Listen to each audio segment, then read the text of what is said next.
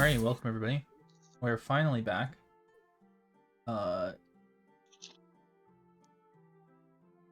this?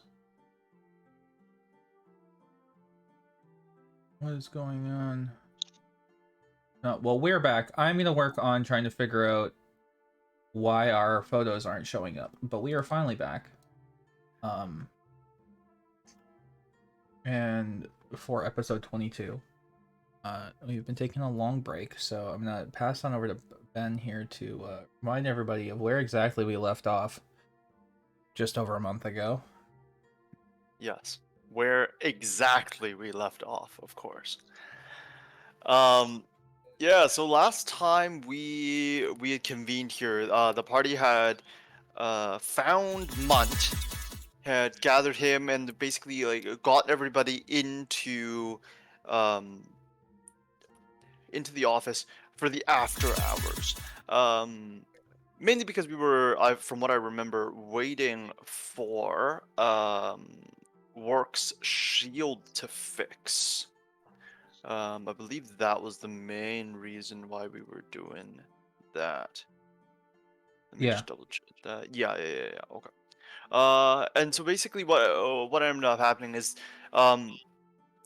Work ended up going with Jean, fearing for his life, and basically hailed John home, broke into essentially his apartment building, asked to come in, and then promptly sat down by his door and just guarded the door, while Jean slowly and uncomfortably ate his food, and did some after hours work. Uh, the rest of the crew stayed over at Zarpov, and essentially started preparing for the confrontation with. Mr. Dallin Fry. Thank you. I started freaking flipping through my book, and I was like, "Oh my god, did I not have it written down except for page one?"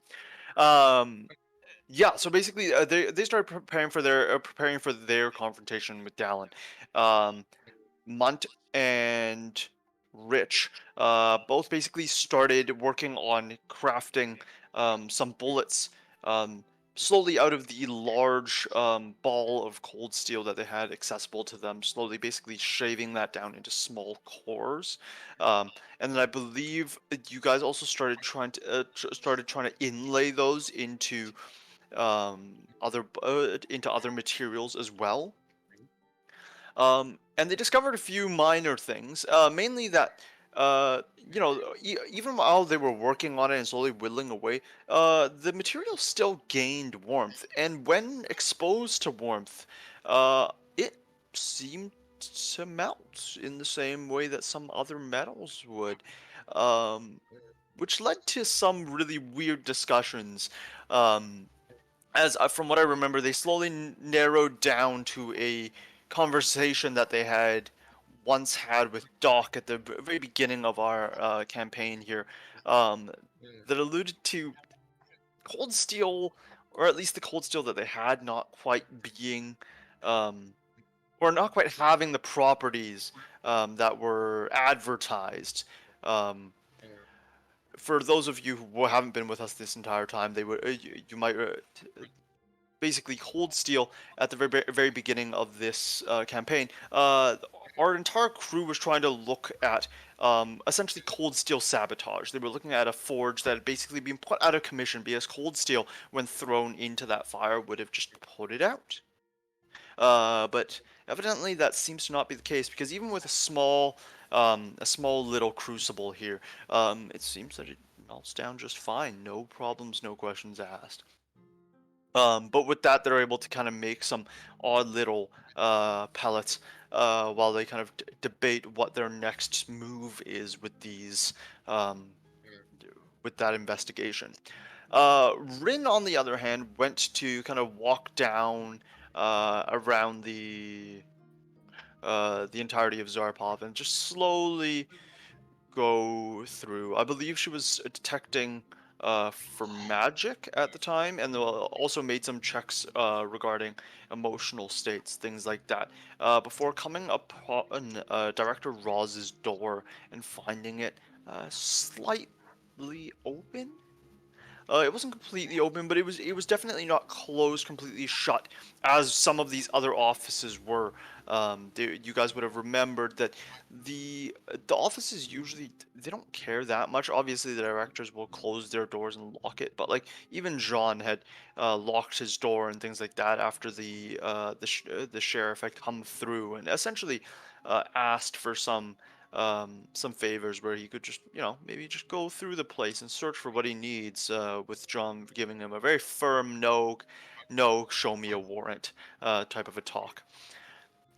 But upon walking into that room and kind of like investigating in here a little bit and finding that certain things were out of place, suddenly a assailant or some other sort of thief in the night fell from the top of the ceiling and began attacking her. Upon hearing the kerfuffle, Munt and Rich also went to join the fray, and the assailant then attempted to flee before getting freaking ass blasted by the crew. And I'm pretty sure I meant that pretty much literally, because from the notes on the HP, it jumped quite significantly at at least 2 points during that fight. Yeah, I'm pretty sure Rin crit him with a Searing Ray or something like that. It was pretty nasty. I think Munt also fired up his gun and actually had it like crit on Yeah, I believe max he like charge. full overcharged it, and then yeah, got it fully overcharged and just slapped the guy. I My also gun worked for the first time since killing Larry. Hmm. holy crap, has it actually been that long? Holy It hell! doesn't work often. I mean, you know what did work though? Partially deafening some of your friends. That was Yes, cool. that was right. It did some sort of sound or Yeah, speech-based effect, and it didn't work because you had thrown his sunstone or something. And yeah, Yes. yeah. So it's been an on-off time for Munt and the guns, but at least some of the explosives will still do explosive work. Um, But on that note here, you guys had then, after kind of following the guy out, regathering the things that they had taken. There was a small book that they had on them, as well as a number of smaller items, which you guys had, after picking up, noticed that they were um, the various commemorative plaques and medals from Director Roz's wall. Um, her Order of Tensport, her basically the marks of her career that have been on the wall before. Basically had just been taken, and this person had just kind of like yoinked them as well. But after you guys had taken that off the person, the guards had come back and been like and had offered to help you guys out. They got the chief to come over, but bring up the window board up thing, got it locked up, and then you guys were well on your way. At that point, I don't remember what you guys were doing because I don't seem to have notes on that. So I'm going to assume that that was where we ended off. Was Rich basically double checking that that window was thoroughly locked.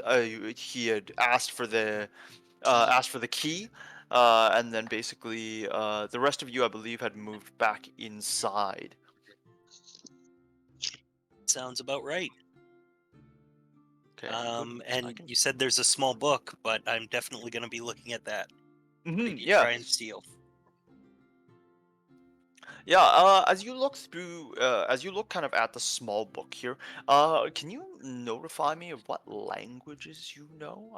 I remember we have all briefly touched on languages for a second. It hasn't come Oh, up too often. yeah, no. Where are I don't know where they are on this thing. Um, I'm using Path Builder, and I don't know where languages go on this. It's in the About section if you're on the app. I don't know where it is on the webpage. I mean, I will highlight that we are Canadian. It is a boot, at least. Details. Oh. Mhm. That and that and that. Before you say anything, I'm gonna pick them because I never did that. It's completely fair. I'm going to for the other two players who are also in that zone. If you don't have yours, I would heavily incentivize you to select them now if you haven't done so already. That Um, seems right. And if you Okay. have high intelligence, you get a bunch of them. So Yeah, that's why I yeah, have and just 4. yeah, and basically I this is all just in com. case Rich Yeah. doesn't find it and he wants to share it with you guys. Yep. Okay. I have selected them. All right, hit me. Common, Dwarven, Knoll, and Undercommon. Very good. You're gonna notice the script doesn't match anything that you're looking for here. Okay. There are a few random words in common that you can make out. But those are primarily things like shared numerical, Okay. shared numbers essentially. All right. Um, can I roll an intelligence or maybe a society or something just to see if maybe I can't read it, but I've seen the language before, so I know what language it's in? Yeah. Give me a society recall knowledge, if you will. Sure. That would be a 25. A 25? Yeah, so you've seen a lot of languages roll through the city. You've lived what, your entire life here? Mm-hmm. And in Tensport, there's all sorts of people who run through, even those who just pass through Spirit Walk for water. They also have languages that they will utilize. This is none of those common languages. Oh, okay. I have no idea what language this is in. Um, could it be a cipher or something? Do you mind just making an uh, oh, actually, there is the possibility that you could utilize a decipher writing check. I'm just Mm-hmm. looking through that now. Last time we thought something was a cipher, it was the language of the people in Smog Street. Like the thieves can't type. Yeah, Mm-hmm. I have the book Because to do that too. Mm-hmm. Yeah. Unfortunately, it is very much like the lettering that isn't giving you much. Okay. But in this case, if you want to make me a decipher writing check, do you mind making me a? It allows you to use Arcana, occultism, religion, or society. Do you mind giving this to me in religion, please? Religion. That's like Ooh. my worst skill, but that's okay because I rolled a 21 total. Yeah. As you kind of start piecing things together, because you're looking through this, you're like, this doesn't add up at all. None of this is in any of the languages that have come through. It doesn't even look um, remotely, remotely familiar.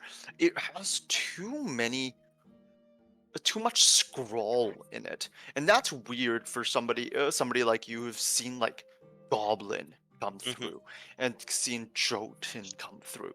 Like there's so much of this that kind of just looks like it tries for a straight line but then doesn't quite make it.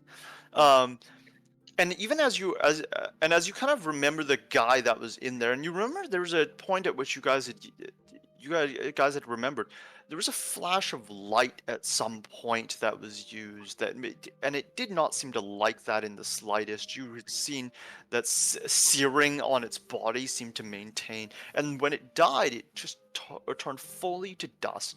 And then even as you're looking at the language itself, it looks simple as far as languages go. Just not something that's it seems old because of the way that it's written and the stylization, but it's old. It's simple, which is odd for most living languages, because usually languages get more complex over time. Oh, okay. Um, but it gives you a chill kind of in the back of your spine, and you actually um, come to the conclusion that this language is either um, is probably used generally by simpler creatures. And just with that sort of narrowing down, you're like, this can't be demons or devils. This can't be like obviously not going to be something celestial. Those guys are probably you would just feel like it's more impeccable writing. It's so much. It's got so much wrong with it that you slowly narrow it down to a language that you've heard of briefly in various other escapades, but haven't really investigated at all. Known as Necril. Okay. And this is and you've mainly heard of this when every once in a while somebody wants to make sure that a local necromancer isn't stepping out of line. Hmm. But this is the language of essentially the intelligent undead. Anybody speak dead guy? I Uh, speak Aklo, which is the language of Daros, evil fae, and otherworldly monsters. I don't know if there's any mutual intelligibility. Speak that too. Sure. In which case, can I get the two of you to also make me a cipher writing check? Since both of you speak a language that has a similar, how do we put it? Freaking alignment. Um, if you would like to take your pick of either occultism or religion. Okay. Sure.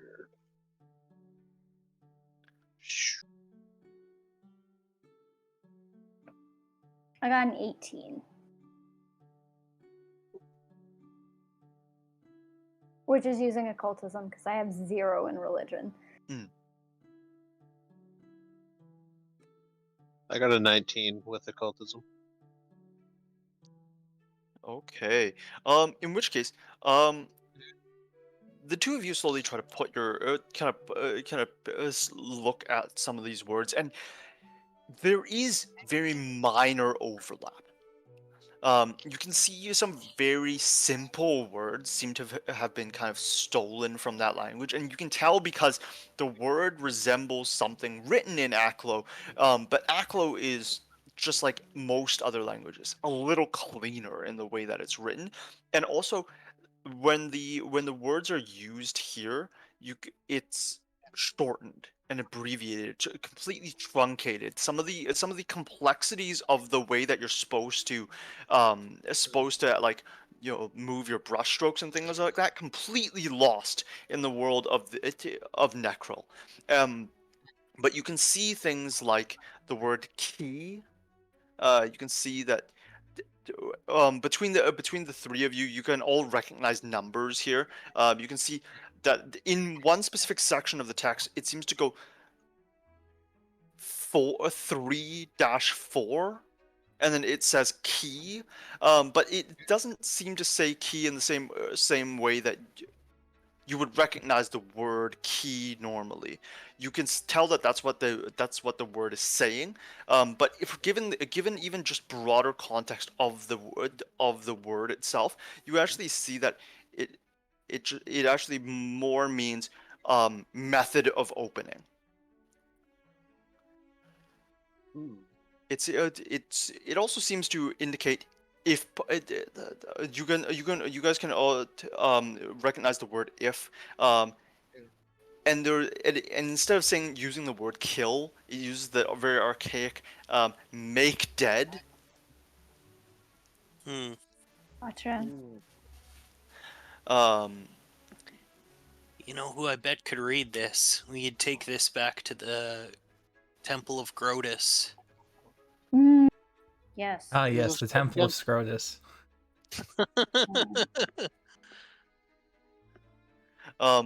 but you guys are, but it seems overall as you guys kind of piece even just those small parts together. This agent had a specific agenda here. It was to procure 3 to 4 items that essentially create an opening and also to unalive somebody.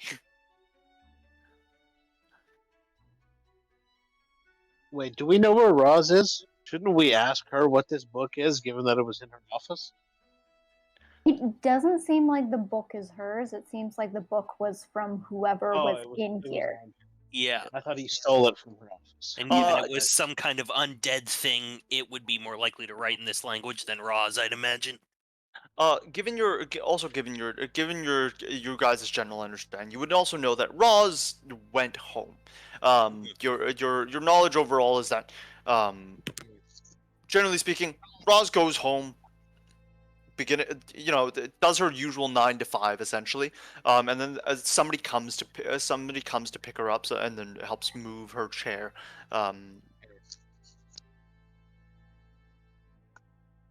to and from. Sorry, my brain just like blanked completely.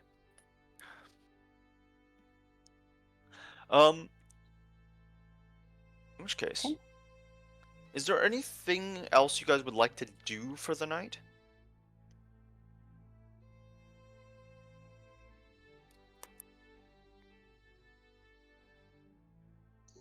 I don't know. Peek around in Roz's office now that we're in here unattended. The Completely classic. fair. I mean, hey, Munt, what would you like to look around at? What would you like to I do would in like here? I just peruse through her bookshelf, see if anything catches my fancy. Yeah. As you go through as you kind of just go through Roz's bookshelf, are you looking closely, or are you kind of just like slowly la-di-dying through it? Yeah. I'm in no rush. I mean, you have all night anyways if you really wanted it. But yeah, you slowly kind of just waltz through Roz's bookshelf here, just like going down the road, and there's actually a lot of things that you kind of expect given her expertise. You see a lot of things, a lot of field manuals from her time as a Tensport guard. You can see kind of like theories of reconnaissance, mandate. You see a lot of things that are very technical books from her past there. As you continue forward, you can see that there are a few more things about like gathering intelligence. Books about espionage to a degree as well, though those seem slightly further between, but a little more technical. But she's, as a very organized director here, actually keeps them very well contained. Here's her large field manual section. Here's her here's her smaller intelligence section. Here's her espionage section. She's got books on like camouflage and things like that. All sorts of stuff like that. As you continue through as well, you actually find that there's a full section that seems to act as a dedicated archive for the Tensport Times. And this section basically spans what it looks like about maybe 60 years. Pretty much, it would equate to essentially the newspaper from today, essentially 60 years back, and it looks like this is actually like almost collector level stuff. It's a binding that they've got built that you've probably run into, but have just definitely not cared that much about. But the Tensport Times actually does sell a specialized binding that you can use, that essentially is designed to always keep the entire year's worth of newspapers bound inside. So as you get more and more of those, you add it in there, and it has a perfect slot in section. Super nerdy stuff, but she seems to have what look like what equivocate to 60 years worth of that on one of the lower shelves. Is it possible to easily remove one of the years from the collection? You wouldn't just easy, yes. Without being noticed, it might be a little harder to sell. Like the way that she has her bookshelf set up, it definitely has things filled pretty much. But there are a few spacers and bookends that she has at the other end here that you might be able to shift over a little bit. But anybody who like looks through it with any amount of, um, you know, diligence would be able to find a missing year. All right, I'll leave that be then. I would like to see if any of her desk drawers are unlocked. Yeah. So as you go up to the desk drawers, you try them, and just even on a quick cursory thing, it seems like they are locked. But your very keen senses would know that these are not very hardy locks here. They're desk locks, sure. Yeah, they're very much just like those old school desk locks that, like, honestly, if you reefed on the tumbler a little too hard with the key inside, it would just tear right out. Yeah, can I just make a thievery check to just try and rake it open? Yeah, go ahead.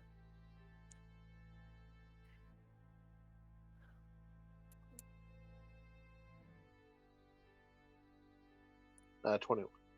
21. Super easy. Like you guys, you don't even, you hardly need to get like part of a pick in there, and then you're able to kind of just like jam up the rest of the key, the tumblers, turn it a little bit, and just the entire tumbler just comes out with your pick. Ooh, that's not good. Well, now that I'm here, I'll take a look inside. Yeah, opening up the drawer, you can see that she's got a very official looking inkwell in there, along with what looks like a small glass case for a quill. Very old school. You guys have never really seen her use it, but maybe this is one of those official things that people do. Looking through here, you also see an official desk pad as well. Just basically like those papers that are basically like custom made for her, so that she can sign off on stuff. You'll also notice that inside of this particular drawer that you've opened up, that she seems to have a small box in there. Even just giving the box a little jimmy, you can feel that there's a few loose ends in there, and as you kind of open it up, you can see that there seems to be like a small pin inside. It seems like seems to be maybe like a collar pin if you were wearing like wearing like formal wear. And on that, it's got the Tensport guard symbol on it. You see that underneath that there's a kind of layer of fabric. You can kind of peel that up, and you can see that there's a second one, and the second one shows a number of bars on it. Just on a cursory look, you can figure out pretty easily, because I assume that even if you haven't partaken, you've seen every once in a while a parade of some sort, and these would be bars that individuals would wear on their uniform, commemorating things that they've done or the ranks that they have. Well, don't mind if I do. I will take one of those. Yeah, you slip it into my pocket, and while I'm also here, I'll take the inkwell and the glass pen, and just on the top sheet, I'll just write in really messy, primitive lettering, "Work was here." Excellent. All right. Yeah. So you've taken one of her rank bars here. I'm going to just say randomly that you took one. Took her official inkwell. And then maybe if I could slide, if I could remove part of the desk drawer from the track that it's on, so it looks like instead of the lock being picked, that it was forcibly opened with brute strength. Yeah, no, this is perfectly doable. Do you mind just quickly making me like a crafting check, just to kind of like, Sure. obviously you could reef on it, but I mean like you are technically somehow more careful than that sometimes. 18. Yeah, it works just fine. You can tell that, like, even though this is obviously a bigger desk for a more important person, the company didn't seem to spare that much expense for it, so it's kind of just, yeah, it's kind of off track a little bit. The tumbler is very much loose, but you can always slide that back in, no problems. There are a few other drawers here if you're interested. No, I've gotten what I need. I'm ready to leave. Perfect. In which case, yeah, mind you, you kind of see yourself out of that general area. Other two, Richard and Rin, do you guys have anything you guys would look to do while you guys still have free reign of the office? Mm,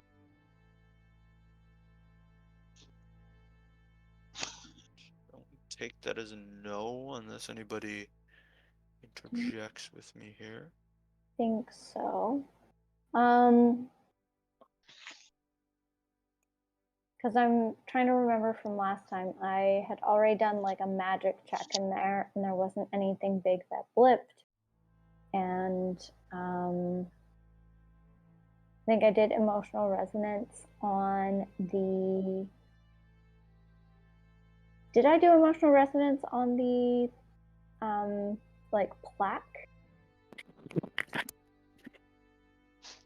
On the plaque? Or on the medals and things that were stolen? Oh, on the things that Yeah. items that were stolen? Have to pee? I don't believe you had. Okay.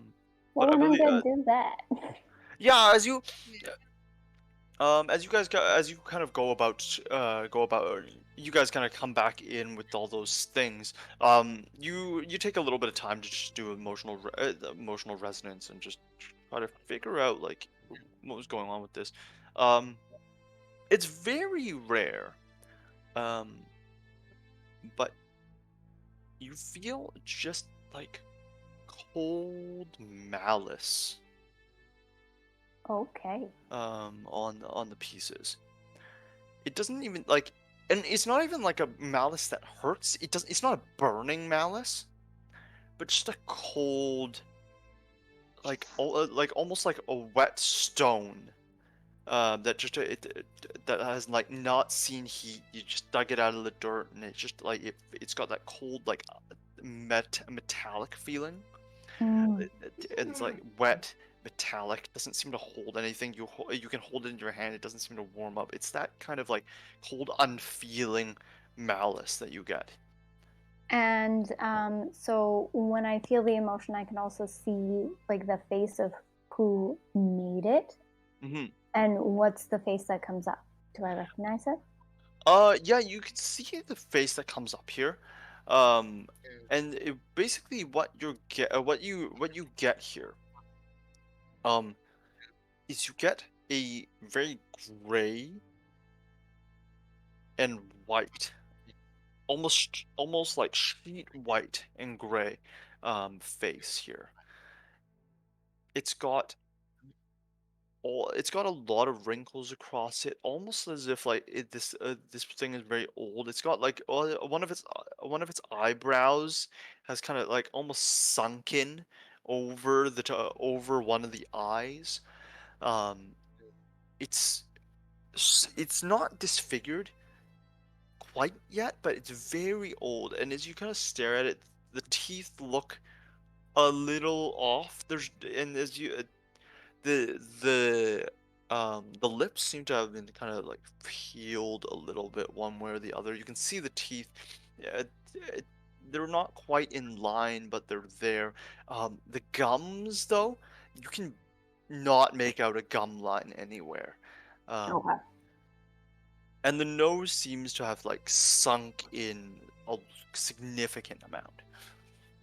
So can I do an occultist check to see whether this is like what sort of undead this is? Because my guess is this is some sort of undead. Mm-hmm. Go ahead.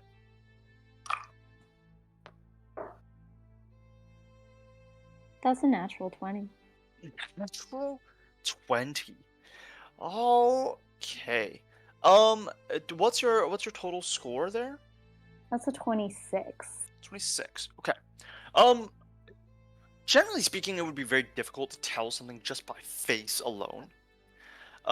It's and even here, it's very difficult to tell an exact type of thing, the exact type of undead that it is. But you can very quickly identify that this is obviously the thing that was carrying the things away.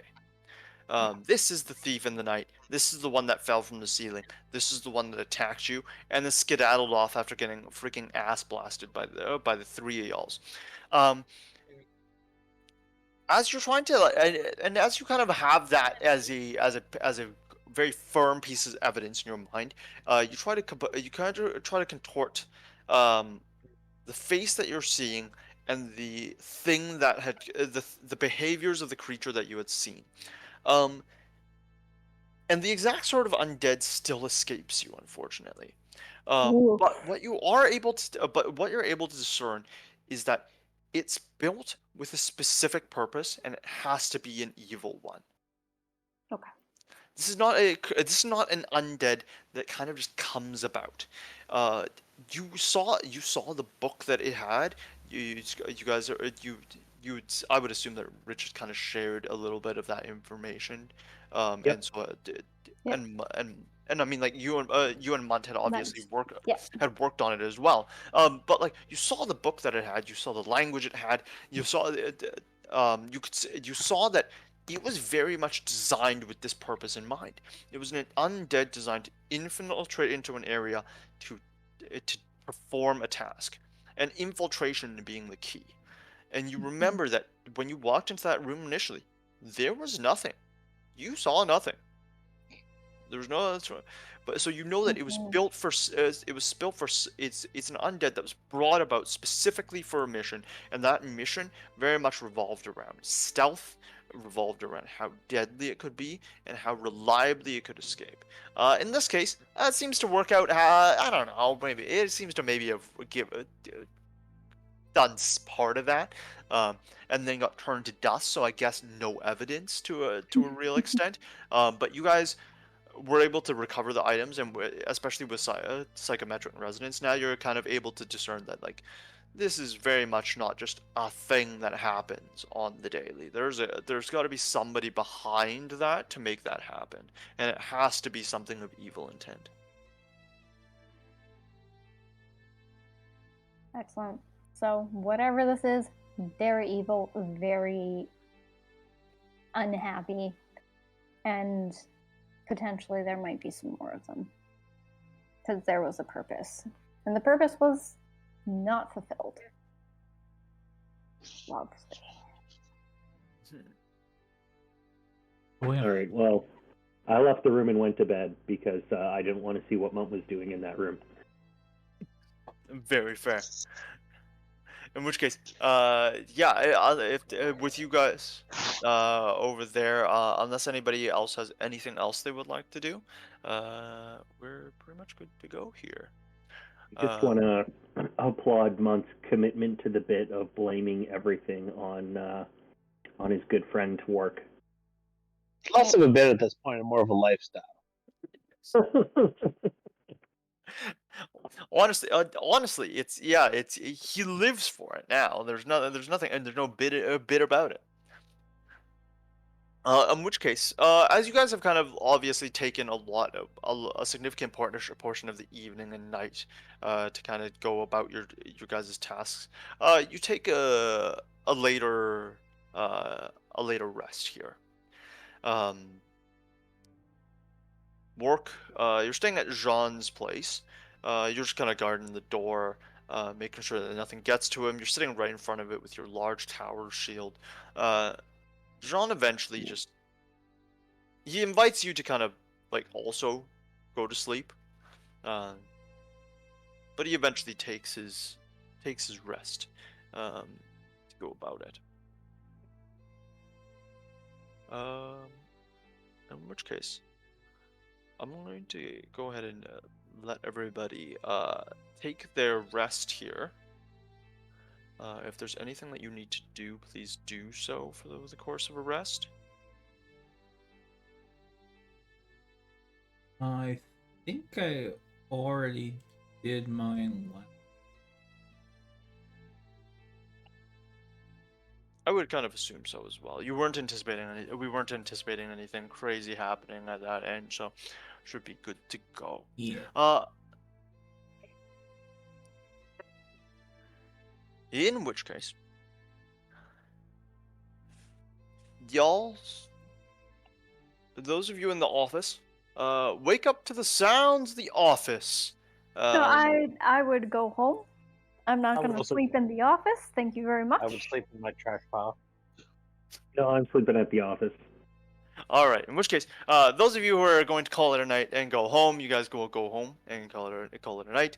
Those of you, for Rich, who is sleeping at the office, you do hear the buzzing as the office unlocks here, and you just hear people going, "What the hell happened? It's overnight. What? Why is the window boarded up? Where's what happened? I'm not sure. I really don't know.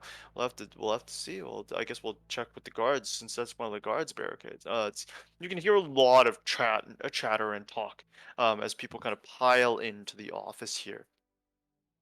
Well, once I'm awake, I'll just let somebody know what happened.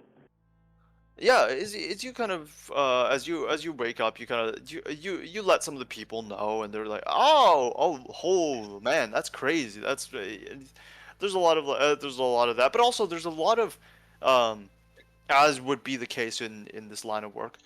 Pats on the back for you, or doing a good job, and also to pass that on to your comrades there.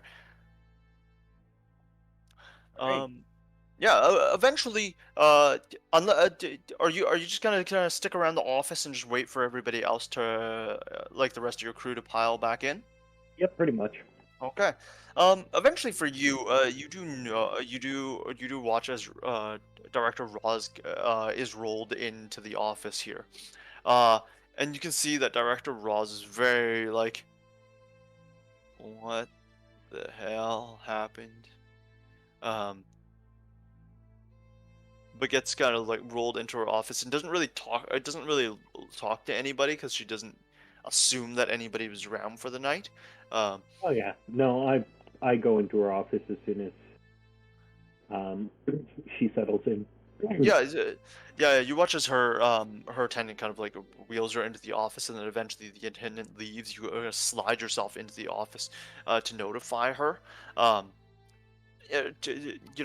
much do you tell her? Do you just tell her that somebody was in here, somebody was trying to steal stuff, or? Yeah, no, I tell her the full details. Some undead thing definitely came here to kill her, but Yeah, you kind of know look as she kind of looks through some of her stuff. She kind of like checks the office, and you know I told her that somebody had tried to take her her plaques and commemoratives here. And you can see that she, even though like even as she kind of checks her desk and she sees that one of her drawers is going to be pulled open, she kind of pulls it open hastily, notices that a few things are missing. But she's very much more interested in the missing commemoratives. Rin, before you left for the night, where did you put those? Oh, that's a good question. Was there like I probably would have just put them back where they were, because there was some that were on the wall because they were like sun, I guess, and I noticed they were missing. So I would have put those ones back, and then any of the like other ones I probably would have just put on top of the desk. Uh, can you make me a lore recall knowledge, please? Sure.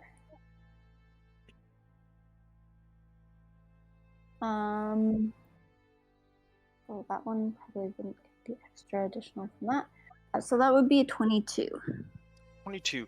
Yeah, you actually out of the things that were missing, I mean there were like three things that you remember that were taken. There like obviously there were a few like minor things, Yeah. but the three things that should have been on the wall, you were just like, okay, yeah, these go back up on the wall. You kind of throw back up her order of Tensport, her like commemorative of it to being of receiving her reconnaissance officer status. You throw these objects back up here. What As would have it's been left? sorry.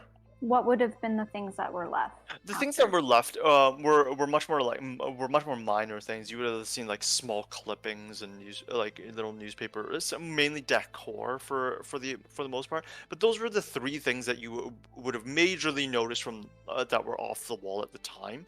It was like her order of Tensport, her officer of the Tensport guard. She's her reconnaissance officer, commemorative. Those were her major like wall decoratives that you guys would have remembered from the first time Yeah. coming in there. Um, as Richard kind of you notify her, you see that she actually very very urgently kind of looks at the wall. Mm-hmm. And she just kind of she asks you, "Can you check to make sure my nameplate is still on my door, please?" Sure, I'll check that. Yeah, you kind of you go out there and you're like, "Oh yeah, no, Director Raw is still on the door." Mhm. You let her know, and she's like, "Okay, interesting." Hmm. I will say, whatever attacked also left behind this small journal. I was gonna go get it translated. It looks like it's in Necro, probably. Oh, she kind of takes one look at the journal here, and the journal seems very like as you're kind of looking at it here, in the light of day, well, kind of the light of day, considering it's a boarded up office, but in the light of the office now, you're able to see that the journal seems relatively well bound. Seems to be some sort of, seems to be just like a firm leather cover over top of everything. So she kind of like quickly takes it, flips it open, and you can see that it's very small, very few pages with the commands and things on it. Um, and she kind of looks through to the kind of leafs through it. She's like, yeah, that's. I mean, that's. Yeah, your guess is as good as mine for language. Um, but as she kind of flips to the last page, she kind of freezes a little bit and just kind of takes a look at it a little closer. Turns it a little bit. Did you Yeah. just say burns it a little? No, turns it a Turns. little bit. Okay, I was very confused. And then just like when somebody like reorients something from like upright to sideways sort of thing. Yeah. And then just kind of hands it back to you, and she's like, "Yeah. If you can get the translation for that, that might be very helpful. I mean, it looks like it's probably some very direct orders overall, but who knows what else might be hidden there." Yeah, Um, Rin's read on it said that it was some sort of purpose-made undead, in all likelihood. yeah, yeah, sounds about right. Yep. Well, Anyways, here's the key for those security shutters. oh, If you get yes. somebody in to fix the windows. Yeah, we'll probably have to. It'll probably be a budget conversation, but we can always hold those windows shuttered for now if need be. It actually might just be better that way for now. And it seems a little sturdier than pane glass at this moment. Ah, pretty much. I mean, glass one is it was stained glass mainly because we haven't cleaned it in years, but yeah. I said pained, but alright, stained works too. Oh, either way, you can tell that she's just like, yeah, whatever. It's just it was trash glass, anyways. Yeah. It stares at another building, Mm. but she kind of accepts what you've told her, and just kind of it just lets you know. Well, if you can get that translated, that'd be great. Otherwise, if there's anything else I can do for you, let me know. If you wouldn't mind closing the door behind you, that would be wonderful. Sure thing, boss. And can you also tell um your party to stop uh causing shenanigans? She can tell very visibly that he's trying not to laugh. She kind of like grabs the the pad of paper and just kind of tears off that top sheet, and then just kind of hands that over to you, and then just goes, and just tell whomever's writing that is, that is not the way that a large uh orc man writes. No, those are most definitely rat hand scribbles. Okay. I'll let him know, but also fat chance on the no more shenanigans. But I'll see what I can do. If you manage, maybe I'll get him a book on forgery or something.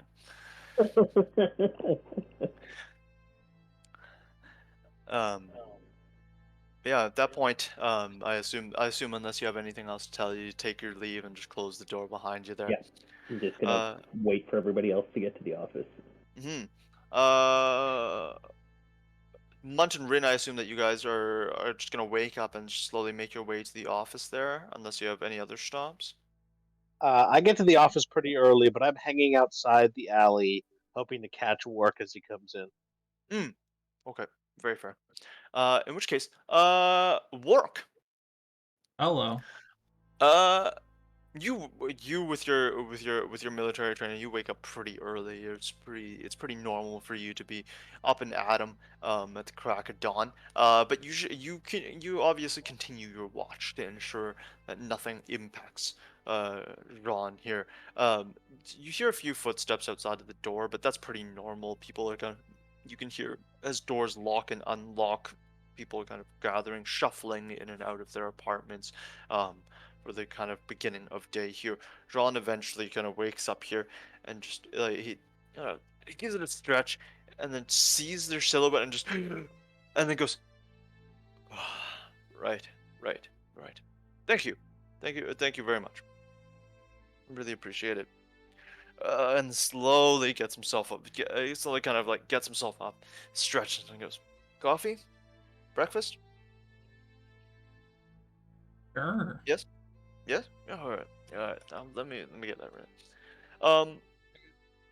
He kind of slowly he gets himself together and kind of makes a double portion for you guys. Gives you a plate. He invites you to eat at the table. I don't know if you've decided that you want to move away from that door just yet. I But mean, he made it through the night, so yeah, it's probably safe. okay. In which case you sit down and kind of eat at the table. He's got basically like scrambled eggs, sausages, and two pieces of toast kind of set up for you guys. And you guys kind of eat. He doesn't really talk much to you through this because, well, I mean, you're a guest, but if a little unwelcome to a degree, but I don't think you care. I mean, It's I probably like take my food and leave. Oh, do you? Yeah, I mean, Fair enough. he's my job here is done, and I leave. Basically, Mhm. I thank him for his food, and I head out. In which case, you just get up to go. You take the food. You go, you got your little plate of food. You go up to the door. And actually, when you go up to the door here, um, you see that where you were sitting seems to be a kind of slip of paper. Mm-hmm. It's gonna I check it pick for up, traps. check it for I'm traps. I am the medicine man. I check it to make sure that there's no No poison or anything yeah, on it. no nothing. Yeah, I mean, please do. I suppose, yeah. Checking for roll for arsenic, and for once in the history of D&D, it's to check to make sure that it's not being used against us and not the other way around. Yeah. Go ahead and just you can make a quick medicine check. I'm sure. Yeah, I was just trying to figure out if there was like an actual skill for it, but whatever. I don't believe that check for arsenic is a skill. There though. is no check for arsenic. I'm going to use my hero point because my first roll of the night was a natural 1. Mhm. That is a 19. That is the opposite. That is a 28. Yeah. With that 28, no arsenic. You gotta examine the piece of paper. The piece of paper feels a little wet. Is it Um, because I was sitting on it? no, it doesn't because like, because like even as you're kind of like investigating it for other things, you can't help but get a whiff of two things specifically here. One is a very fishy smell. Oh, is it from Doc? And as yeah, even as you feel the paper, you can feel that it's kind of like it's very like crunchy. You can see that it's been what's the word? Uh, Eaten? disformed, Licked? misshapen. Vomited Um, upon? no, honestly, just when liquid splatters on it and the paper just doesn't, it just crinkles, right? And you can Yeah. see several stains on it, but very much abnormal. But they're very much like just like some sort of water stain. There, you don't see any blood or any bile or things like that on it. But aside from that distinct fishy smell, you also smell a distinct smell of wet sock on the piece of paper. Um, and as you just kind of look at the piece of paper, um, you just read the word. Good job. Mission failed successfully. We'll get them next time. Dallin.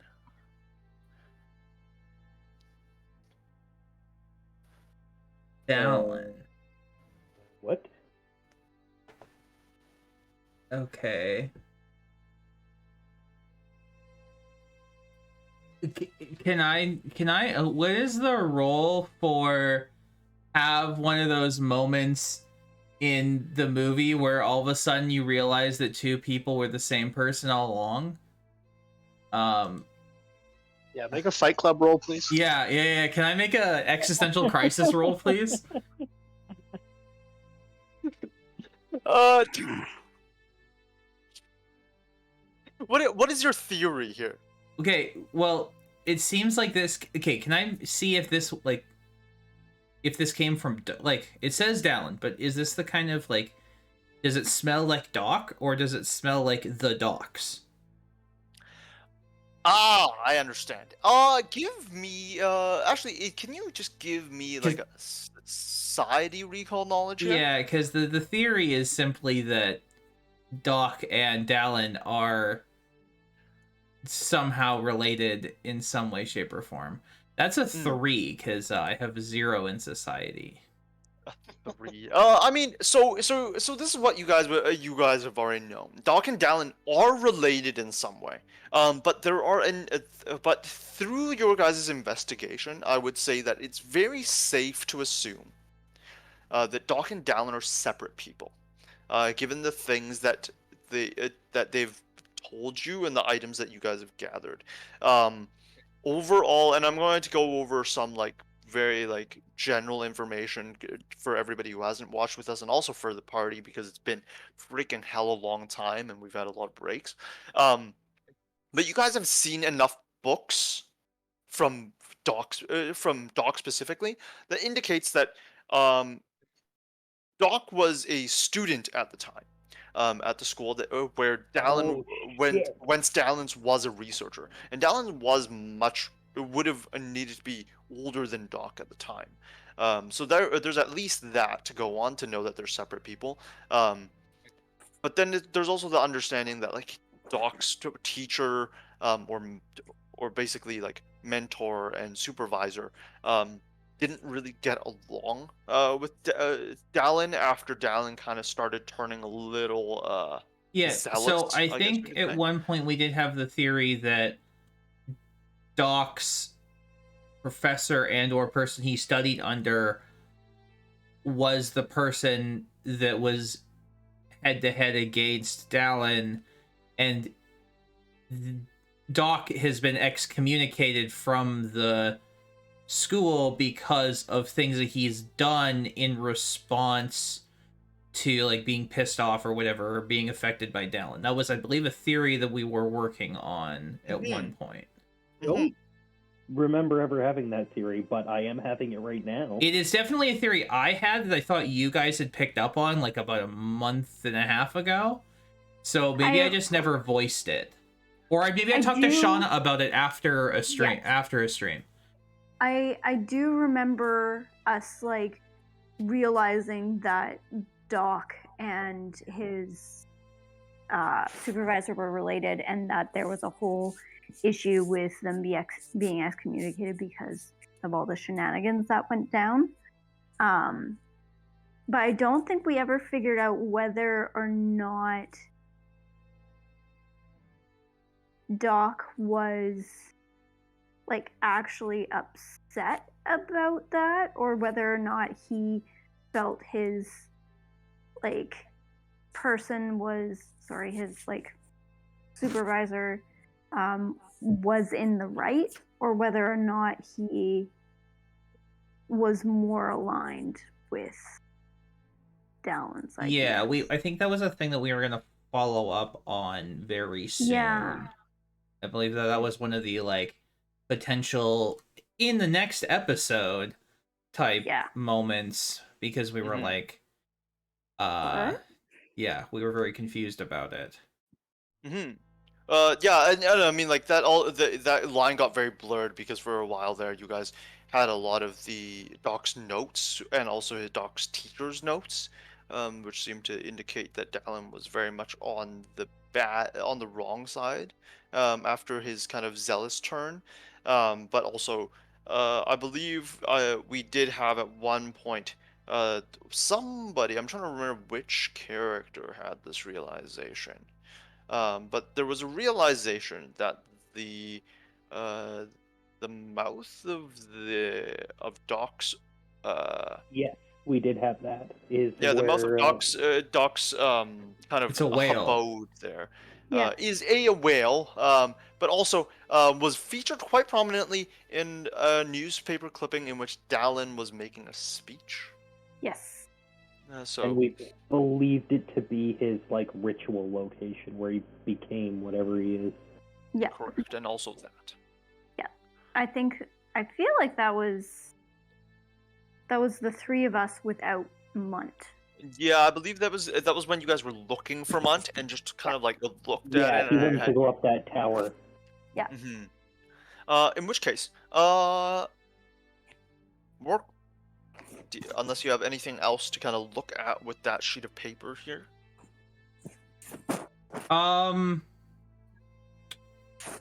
No, it's more so. Well, so this definitely came from Dallin. It didn't come from Doc. The writing does match like the ledger that you guys have studied previously. I'm going to go ahead and say that, I mean, like, you guys have looked through that ledger quite prominently to know his writing. Yeah. And to answer the question about like the smell, does it smell like Doc or the Docs? You can't pinpoint it to Doc specifically. Which if it was, I definitely could. Yeah, you cannot pinpoint it specifically to Doc himself. Okay. Well, I fold it up and I tuck it in my pocket, and I look at John and I say, "Well, make sure you get to work on time," and I leave. Perfect. In which case, you get out of there and you start waltzing off to work, and eventually as you're coming up towards Zarpov here, you notice that there is a big boarded up window where a real window used to be on your company building. Does it have a handle on it? It does technically have a handle on it, yes. Oh, I try and catch him as he goes in because I'm waiting in the alley still. Oh, that is true. So, he is. Yeah. So the question here is, I guess, Munt, I don't know if you care, but are you trying to quickly, like, are you trying to just like stealthily pop out at him here? No, he can think that I was just hanging out in the alley. That's fine. Yeah. Well, I know that's fine. But I know he hangs out in this alley. Yeah, in which case, work. Yeah, Munt's hanging out in the alley. I point at the window and I go, "What happened? Your gun explode again?" No, it definitely wasn't me. It was a fire drill gone wrong, I think. To the best of my recollection. Anyways, I was digging through some rich guy's garbage last night, and I found this little thing, and I thought of you. It's a little tchotchke. You can put it on your belt or whatever. And I gave him the pin I stole from Roz's desk. I don't take it immediately. I look at it. Yeah, looking at it, this is very prominently to you.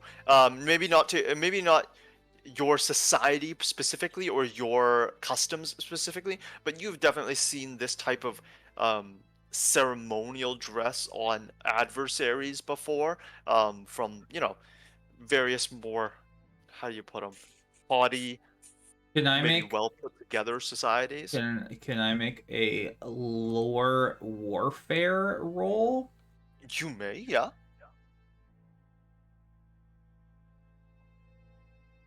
That is a stupid thing won't load. All right, that's just a 10. A 10. You regardless, you have the background knowledge to kind of piece together the fact that this is some sort of rank bar. Oh, okay. What type of rank? You're not sure. But it's very generic kind of rank bar that people would that you I believe the Orcish society wouldn't be using No. something like this, but you guys would have definitely seen other people I've that have had definitely things like that. taken a few of these. Yeah, and like people might not wear it on their actual like warfare gear, but they like, I mean, you guys would have also intimidated enough societies to be like, oh, during formal meetings with these people as they're turning over Yeah. X amount of stuff, you would have seen people wearing something Okay, like cool. this. Yeah, I take it and I go, oh, well, if you found it around here, it probably belongs to somebody at Zarpov, so I'll just go return it. Oh to no, them. it wasn't I around start here. walking away. It was up on the hill. There was behind some guy's house. There was a big stone trash can with a skeleton inside. I imagine I'm like this striding away, and then you're following me like Iago, trying to like pull some bullshit. Like you're just like dashing around my feet, being like, no, no, no, no, no, no, no. Yeah, I'm like the small dog from Looney Tunes, Yeah. like tugging on you, like, hey boss, hey boss, hey boss, hey boss. Yeah. Oh goodness gracious. Yep. Okay. Everybody makes it in here. Unless Rich and Rin had anything that they needed to talk about, because I assume that these two would have been inside of the office, for some amount of time. I probably would have like asked Rich if he chatted with Roz because I would have known she got in for then. Like No, before I want I to know got what in. was going on. Mm-hmm. Okay. Do you let me know that she had a bit of a reaction to looking at the back of the book? Nope. Okay. I just wanted to clarify that so that I can erase that from my memory so I don't put on it. Mm-hmm. Yeah, it didn't seem important to me. Okay. Okay. All right. In which case, the entire team, the whole crew is here now, inside of the office. Oh, I go in. I go to the clerk's desk, which Yeah. isn't John, right? No. You're talking like front desk kind of Yeah. kind of person, right? Yeah. It's. You guys have. Would you have bothered to learn their names at the Probably. initial? Outset? Yeah. In which case, I know their name. You don't have to tell me. I know it. I say, yeah, hey, yeah. dude, Munt found this outside, and do you know who this belongs to? It seems important. Yeah. It kind of looks it over and just like, no, don't know, but I mean, we can add it to our, we can hold it here and just write that down. We can run it by the crew. Otherwise we can turn it into the city lost and found. It looks like some one of the guards' rank bar or something like that. Yeah. Okay, well, maybe I'll hold on. I want to return it to the rightful owner myself. So Fair enough. Do you want me to at least write it down so that if somebody comes looking for it, I got it? Nah, Just write it's write a fine. general description. All right, fair enough. Yeah. I trust you guys. You guys are good people. Well, Some of us are kind good people. Some of us are good rats. I make a throat slashing motion at that guy. the guy is so used to being threatened, having his life threatened by you that he just goes, "Yeah, I know. I was dead last year too." Exactly.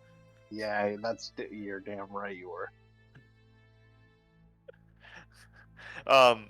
In which case, the crew is here.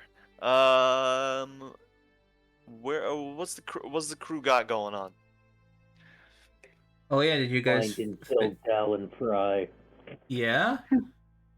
I got this letter. He knew. Apparently he knew where I went last night. Oh. Yeah, Where did it's- you go last night? Oh, I tried to make sure John lived. Oh. Okay. Don't you know John dies at the end?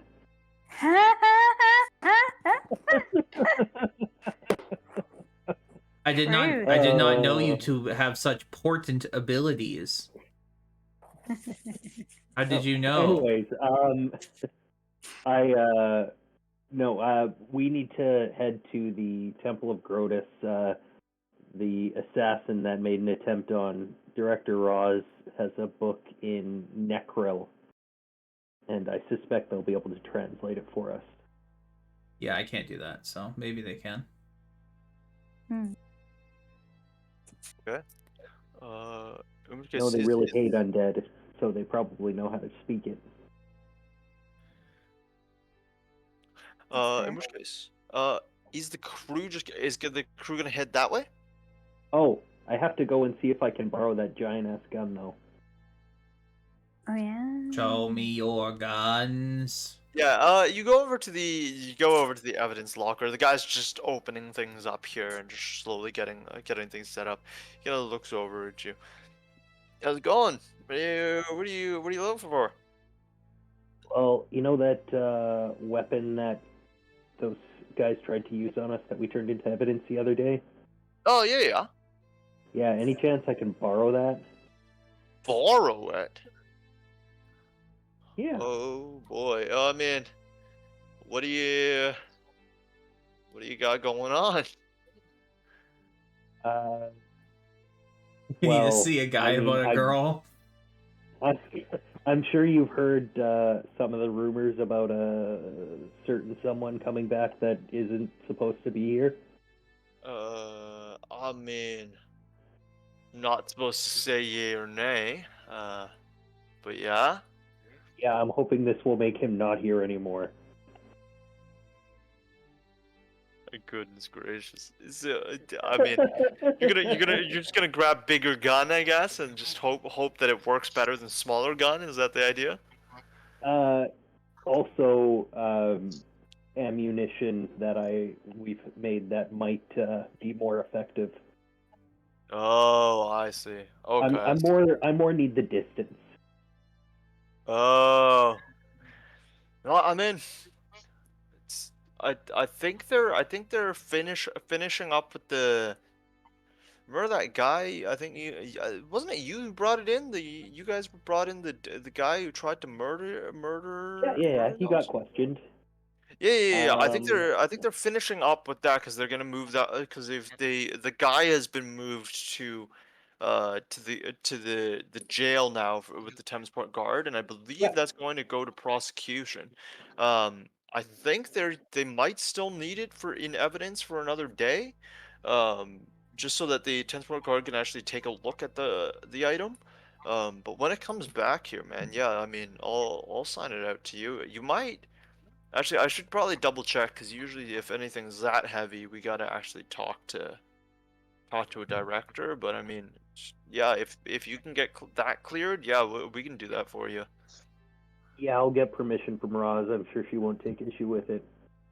Yeah, all right. Yeah, go for it. In which case, yeah, probably. I would say probably tomorrow. From what I hear, the guards are scheduled to kind of swing by here and take a look at the thing, make sure everything lines up with our report.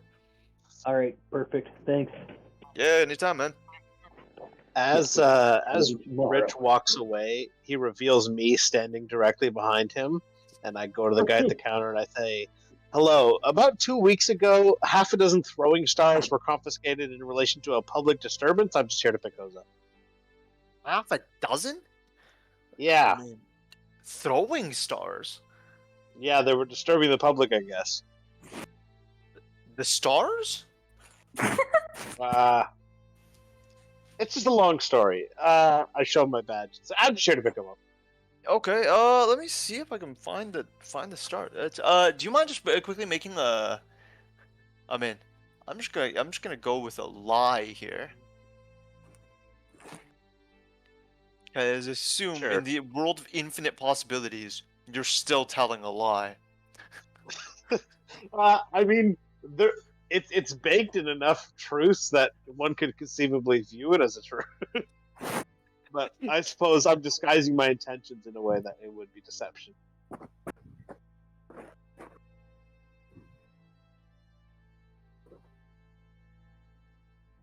Nope. I still haven't figured out how to use that thing. Me neither. It's 17. 17. The guy kind of looks at you and goes, "Yeah. Let me see here." He goes back through his records and it's half a dozen, huh? I see Yeah, they have, 4 do they have red skulls painted on the side? red skulls. Yeah. No. Okay, those are the ones. Yeah, I was looking for ones that were not red skull ones. Just those will be fine. But there's only 4 of them here, man. Are you sure it was half? Yeah, dozen? those are. I was ballparking it. Those are the right ones. Yeah. Ballpark. Goodness gracious, man. I mean, you're killing me, Smalls. Just stacks I them get up. that reference. Stacks them up, puts them onto the table. All right, here. Do you mind just signing the book here? I certainly. And I, of course, classically sign Warwick's name and take the stars and briskly walk away. Yeah, you go. He looks back at the book, and yeah, even as you're walking away, he's like, "Dude, that doesn't even match the name on your badge." As Munt walks away, it reveals me standing behind him. and I look down and I see that he has written my name, and I firmly cross it out and I write Munt. I go, "Sorry, good sir." Turning yourself into a very tiny ball.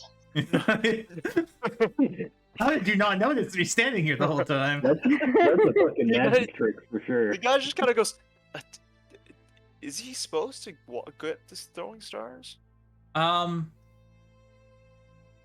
Who knows these days?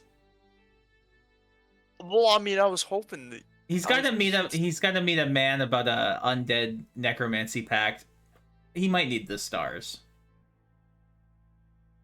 That's fair. All right, yeah, no, that's fair. All right, okay. You know what? I'm just gonna preemptively write down that these are probably gonna be a write-off. Yeah. Oh, also, I do don't you have know, them, but also I'm going to disturb the public. you know whose this is? Who would have a rank badge like this? Or you gotta look at. He's like, I mean, Roz is the only person I know who worked for the guard here. But I mean, oh wait, no, there's also like, frickin' little Dave over there who did a stint with them. But I don't know. Yeah, if and he I look actually- over and little Dave's like sitting there picking his nose. He's like Hitchcock and Scully from. Oh the no, 99. you watch. Look over at Lil Dave, and Lil Dave is like the most jacked dwarf you've ever seen. Ah, little Dave. I like this little Dave. Little Dave loves love. Like little Dave is freaking like. Little Dave is like, you know, the definition of like those like roided out guys who when they Yeah. walk, their entire shoulder constantly turns from side to side. Yeah. Yeah, he's one of those Dave guys. is Well, broader than he is tall. it probably wouldn't be him. I'll go talk to Roz. Sounds good. You go over to Roz's office. You see that it's closed right now. I knock. Yeah, give it a nod. You just hear, come in. I open the door. Yeah, you open the door and you see Roz kind of sitting there. You can see that she's kind of doing a little bit of paperwork. Looks up and goes, "Oh look, the one who didn't break into my desk." True. You mean somebody broke into your desk? And It's she's also like, not me, but like, yeah, she's like, yes, and it was not you. no. Is this yours? And she kind of takes the brain, but as she kind of takes it, she's like, as she looks at it, it's like, "Yep, that's certainly mine." And I'm going to assume that it actually looks a little worse for you now. She Well, kinda puts I'm it- gonna tell you that Munt found it outside in the trash, apparently, and then gave it to me, and then was very adamant that it didn't belong here. So, make of that what you will. If it helps, I already have, and he will, as long as he keeps his nose clean for at least a day, he's gonna get a book on forgery because he sucks at it. He does. And I empty my pockets of all the different times Munt has written Work's name down instead of his. It's a little trash heap.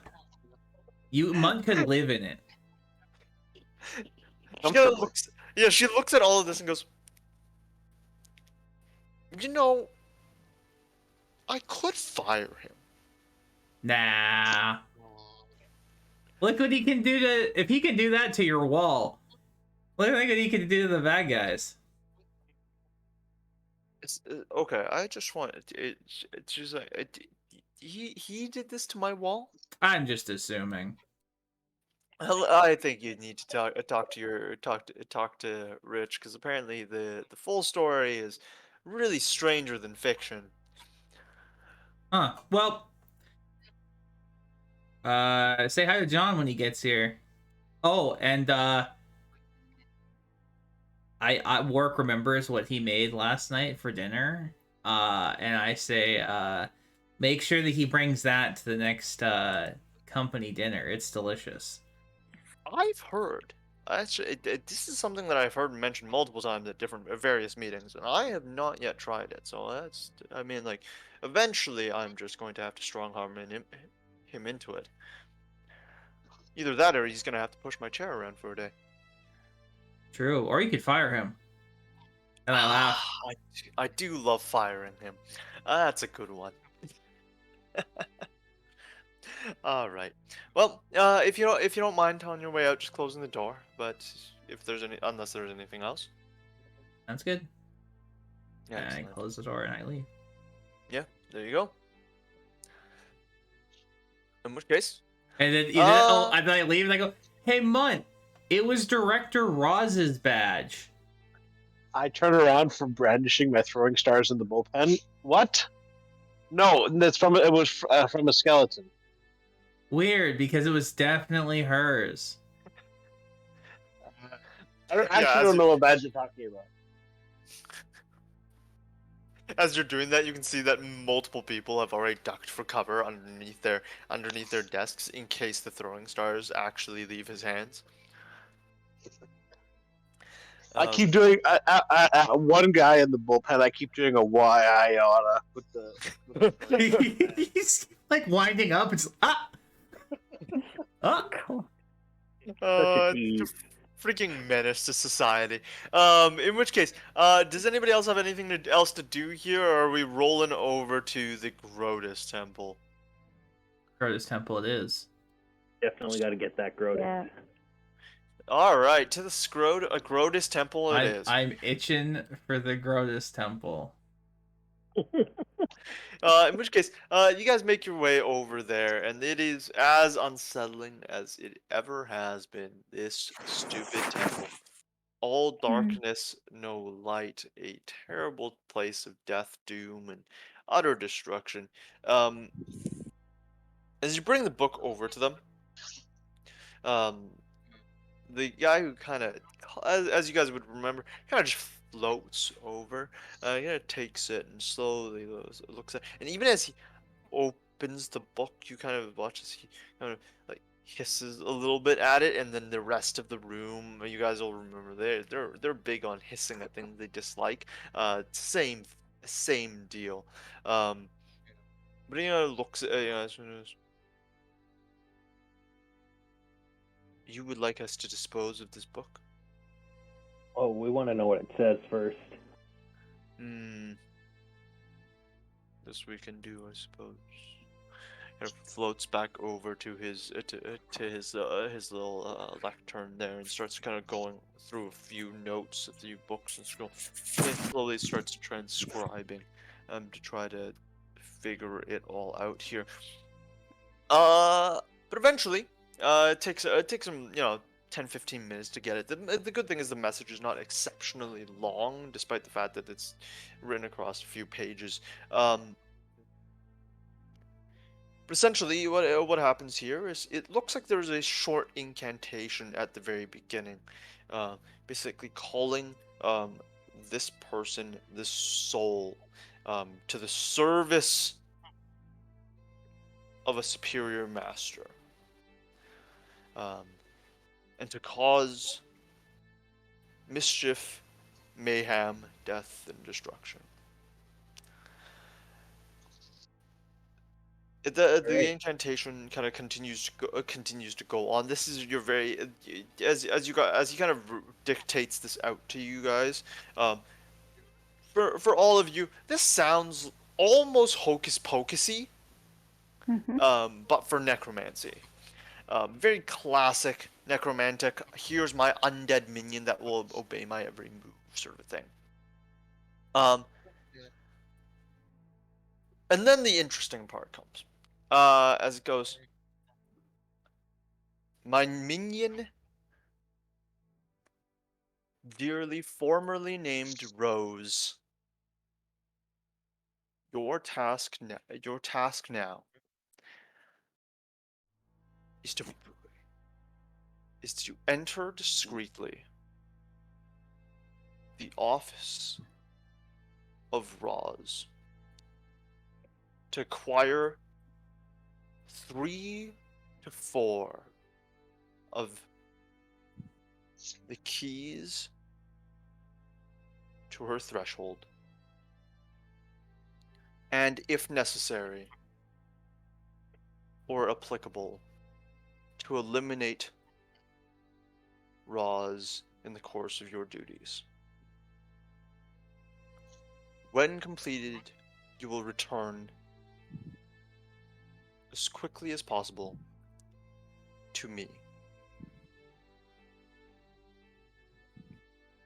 Okay. Is there a name? Like, is there to me this name, or is it just to me? It is just to me. And you would know that this is actually quite standard, because obviously the wielder of the magic is the owner. Yeah. And so whoever is enthralled to that master or bound to that master will always know who the master is. In cases like this, especially in cases of a spell that is this deliberate. If you were casting a more discreet, charming spell or enthralling spell, there might be a little bit of leeway on what that could be and whether or not they know. But in this case, it's such a blatant spell with no discretion whatsoever. The being will know exactly who that is. Okay. I can't think of anybody offhand we've run into named Rose. Is there a check I can roll for that? I believe, without you rolling, it sounds as though Rose is the creature, the name of the creature. Yes, I just want to know if Rose was somebody we knew. So this might be an offhand thing, but my brain was like, wasn't Rose Roz's sister? Am I really incorrect? I don't know what Roz's sister's name was. Okay. Actually, I don't even know if Roz's sibling was female. I just know that there was a sibling that died. Yes. I'll let the two of you here quickly roll a a recall knowledge of your choice, essentially. Okay. Just let me know which skill you would like to use. What are our options? Always use society, and it is a 25. Okay. What's the options?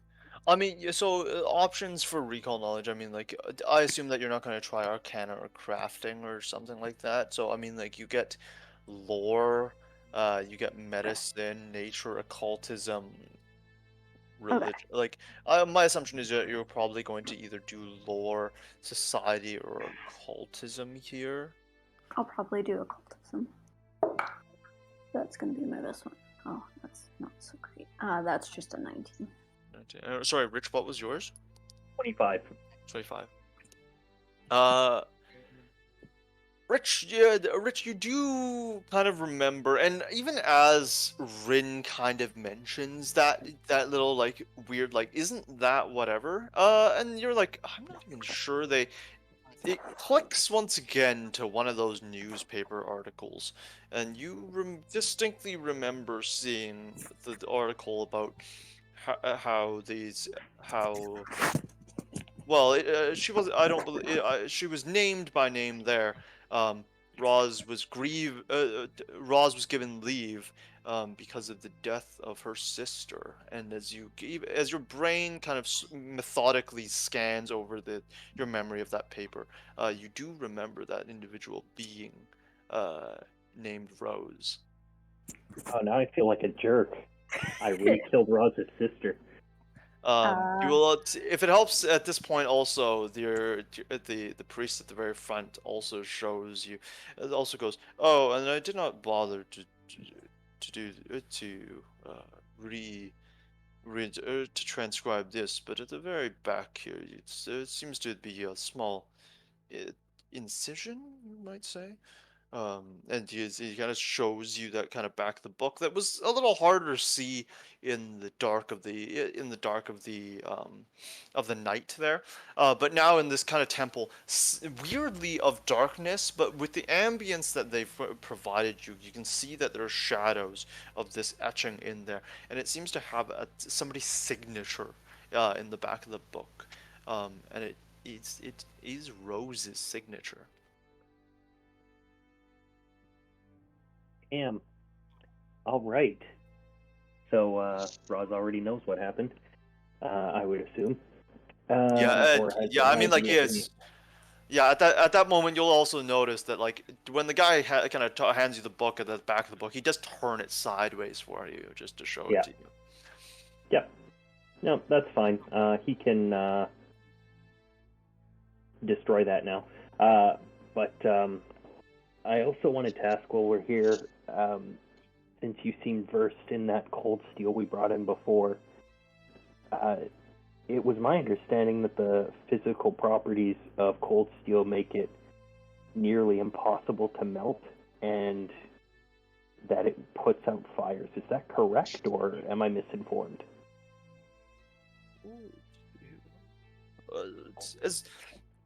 There seems to be some like conversing amongst the rest of the temple here as those people kind of talk.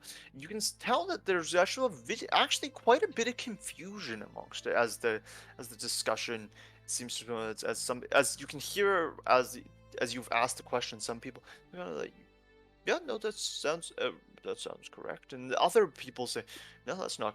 No, that's never been the case.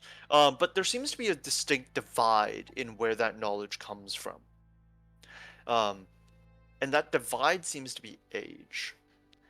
The older the individual in this temple seem to believe that that's not the case at all.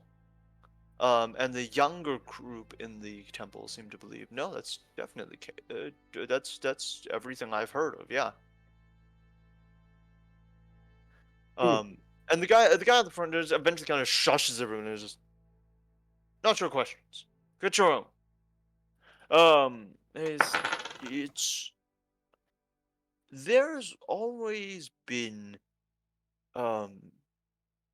pseudoscience regarding cold steel that tells that the reason it got its name, cold steel, is because of its innate property of being cold, and that has never been further from the truth.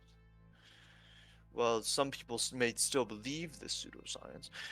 Cold steel is actually specifically designed, and well, not designed, but it's specifically named cold steel because of its history against the beings of the heats of hell. It is specifically just it. Otherwise, it is completely worthless metal altogether. So functionally, it's just like steel, except for the fact that it harms hellbound things. Correct. It does no. Okay. It does no. It does no other. Performs no other function beyond that. But all other properties are nearly identical to that of steel. Okay, thank you. Of course. I'm actually. Where is my? Does that mean those other guys have an evil demon forged from hell? Sorry, one more time? Does that mean the guys at the very first thing who had their forge destroyed by the cold steel have an evil demon forged from hell, and that's why it destroyed it? You can go back there and find out, my friend. Yeah. Splash some holy water on it. Do they have like a donation box or something around here? They do all Yeah. have donation boxes, yes. I'm Take gonna. a couple coins out. No, I'm gonna give them 2 silver. It gives you a nod and says, "Thank you. It will go. It will take us far when the world ends." Yeah, what are they gonna do with money? They're an apocalypse cult. They use it to print pamphlets and spread the word. All right. I'm just giving them a donation because they've been incredibly helpful. Yeah, Yeah. no, they do. They do. Soft. They do accept donations mainly for the fact that, like, obviously they do research here, so it does help feed them still. Do your research. Ah, shit. Literally. All right. In which case, I assume that you guys take your leave here. Does anybody else, unless anybody else has anything else to do in this temple? I just really relate to these guys as well because I like to hiss at things. I had a coworker, every time she said "bless you," I'd hiss at her. Beautiful. Amazing. All right. In which case, where's the crew going now? I gotta wait till tomorrow to kill Dallin because I really want that big gun. Well, we were going to talk to Doc at some point about his connection, but also about the cold steel thing. But now that we've kind of figured out something about the cold steel thing, we don't really need to. Well, we haven't figured out how that connects with the thing at the beginning. True. Maybe we should go back to that forge. Yeah, that makes sense. Yeah. It was in front of us all along. So, I was gonna say it didn't actually break the forge, because they found it in the forge before anything happened. They were just worried that it was gonna cause issues. No, I thought the forge went No, it out. stopped production because of the forge wouldn't light, right? What they said. Yes, or at least that's what you were told. Yes. Yeah, so there must have been another reason it wouldn't light. In which case, you guys go back to the forge. Let me open up the name of the freaking forge. I think the guy's name was Log or something. Yes. Yes. You guys go back to Stone Pure Factory. Goodness gracious, that's an ancient name now, it feels like. But yeah, you guys go back over there to the 2 large pillars, that one labeled stone and the other labeled freaking pure. You can see that there are 2 guards out front still, guarding these grounds. You guys ask to see Log again. They gotta just know each other. Oh man. Yeah, sure. I think he has nothing else to do right now. One of them walks you guys back there up those stairs again. As you guys are hearing the kind of clanging of that large Oh, crucible. sorry. Before we get there, Yeah. I go into my backpack and I grab the um the OSHA vests that Yeah, I Munt saw and that I coming. Munt and I Yeah. had, and I'm like, "But it's time." I slap on my mustache. Yep. In which case, you guys go back there. You guys go see the boss. Log is sitting in his office. And you can see that he's kind of like he's slowly going through his books and things like that. You can see that he's got a box kind of sitting over there. The guard knocks on the door and Log looks up at him. Very nice to see you all. I was not expecting you. Why is That's that? when we strike. I mean, Why are you striking? No. Why were you not expecting us? I mean, usually people let me know if they're coming. I don't know what to tell you. Also, I haven't put up an extra fence yet. But you, I mean, you did hire Zarpov. You must have assumed we'd come back at some point. Yeah, I mean, I'm busy. I have a lot of. If you haven't noticed, I have a large factory to run. I am the only forge master here. They're not willing to hire another one. And by that I mean I am not willing to hire another one to look after operations. So that's, you know. Well, I wouldn't call it a large factory. It's not bad. It's kind of like looks at you and he goes, I wouldn't call you large either, no, but it's not. Well, actually, it might be bad. I can't tell. Sorry. Aren't you a fine. dwarf? That's a little bit hot calling the kettle black, I think. I can call you black, though. I mean, with your I mean, comparatively. You can, but there will be a problem, and I brandish my ninja stars. he's actually very gray. Brandish your I ninja mean, stars. with all the, I'll kind of just with go all the like, dirt on him. yeah, he kind of like backs up a little bit, and you kind of see that his like hands kind of go from the top of the desk to just slightly below desk level. And it's just like, okay, look, I'm not trying to have any problems, but don't health and safety individuals not carry weapons on them usually? Literally, who has ever said that? I don't know. Health and safety? Safety? We- Maybe? Safety? Yes, I need to keep myself safe with weapons and deadly force. Yeah, we definitely were carrying weapons last time we came through here. Anyways, why don't you two go down onto the floor and do your job while the adults talk? Mm-hmm. Fine, but I'm gonna keep my ninja stars. Rich, I do believe that I am 3 times your age, if not more. Then act like it. I Well, am it's keeping. relative to your species. You're younger than Okay, yeah, that's true. All right. Rich is near death. It's true. You're all Alright. children. You are all children. In which case, Now, Why we play this game? do go down, Rich and Ring kind of stay up in the office, as was before. Mhm. You guys kind of sit down.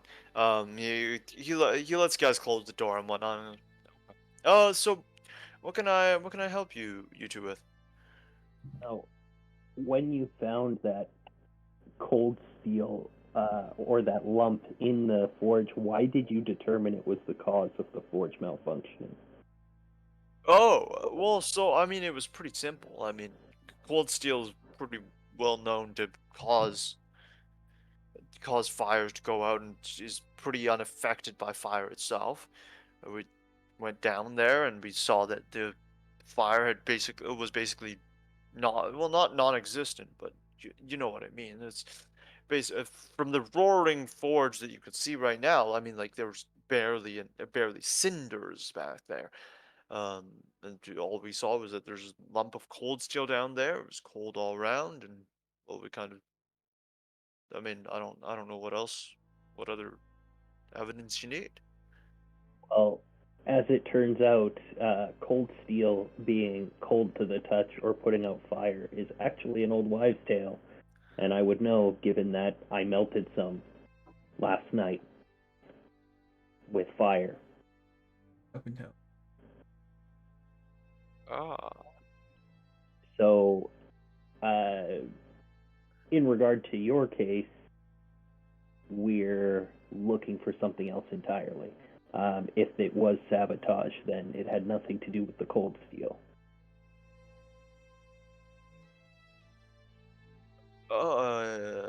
Okay. I would In think it's far more likely that maybe your coal shoveler fell asleep at the wheel. Well, if that's the case, yeah, we can call him in or something like that. But are you Can so cold steel doesn't put out fires? Not even a little bit. At least not normal fire. Do you use anything in particular to get your forges maybe more efficient? No, other than a regular supply of coal. But Because I mean, apparently it doesn't work so well if it is hell fire.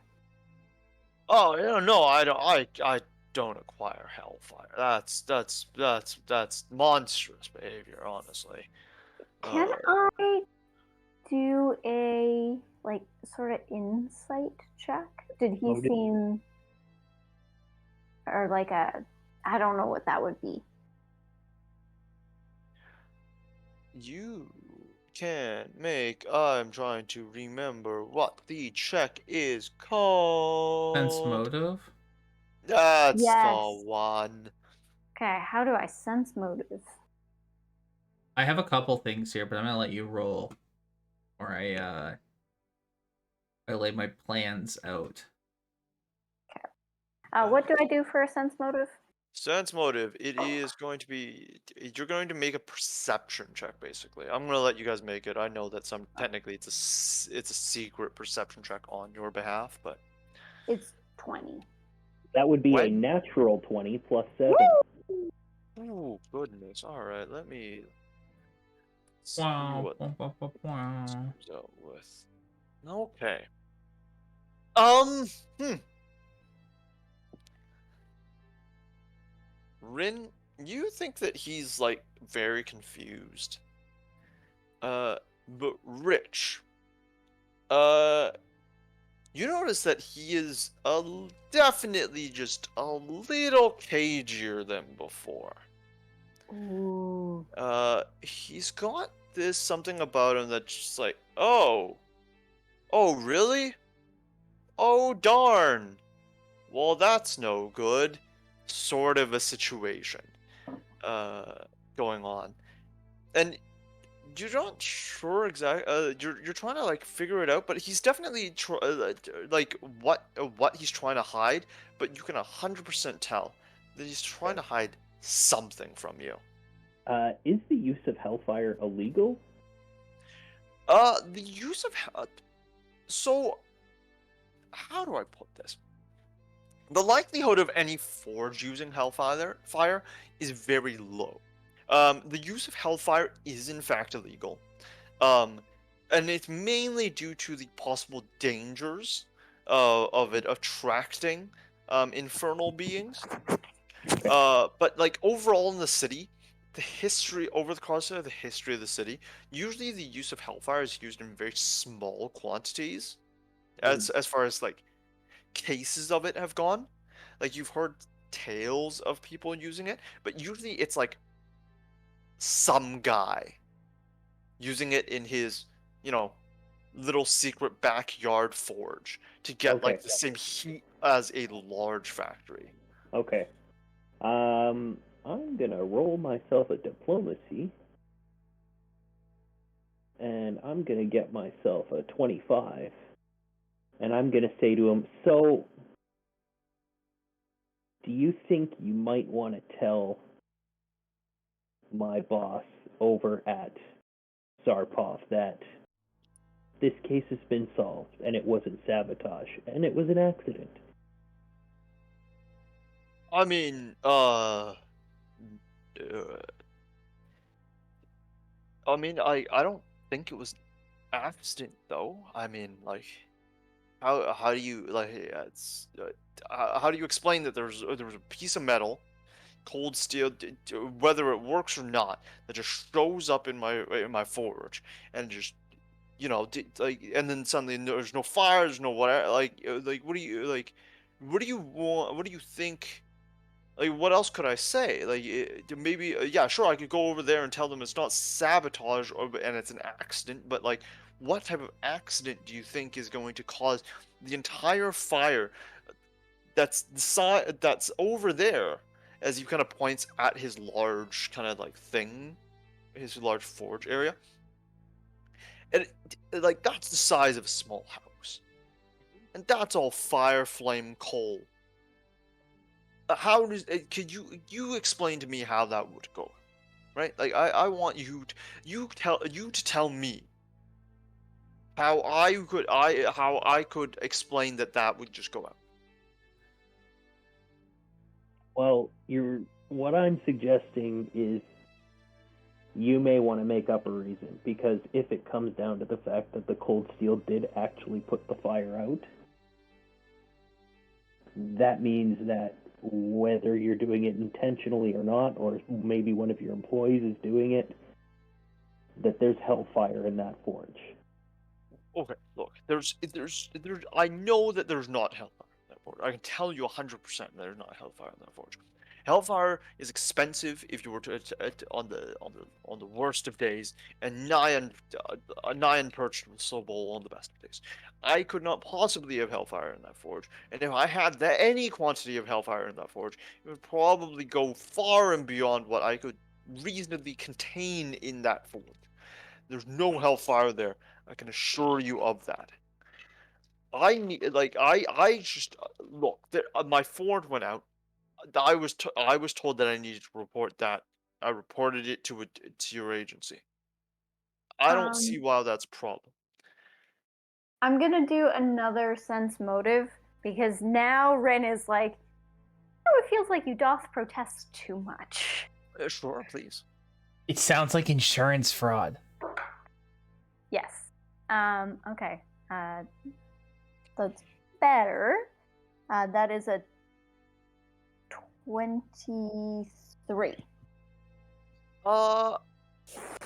He is starting to get a little more frazzled, and you do notice that he is definitely not behaving normally. At this point, he seems to have this, like, he's definitely trying to tell you that something put out his forge. Whether or not he believes that it was the cold steel, that's definitely that ship has kind of sailed. Okay. So this is the point where Rin goes,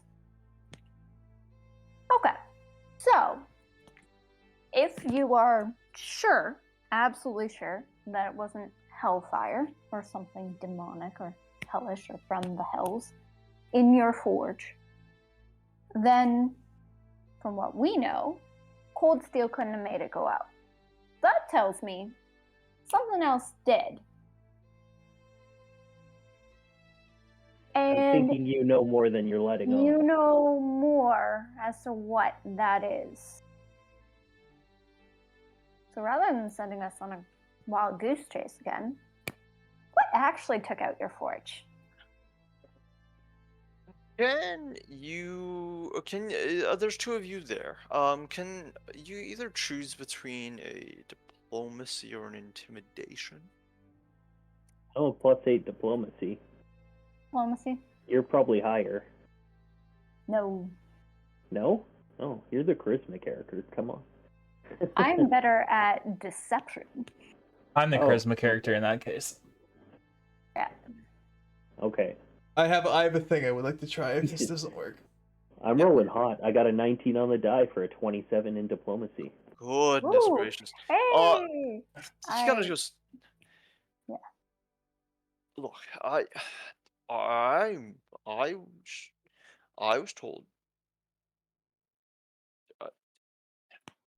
Can I? Look, I pay you guys, right? I pay your company when they finish the investigation. Mm-hmm. Mhm. How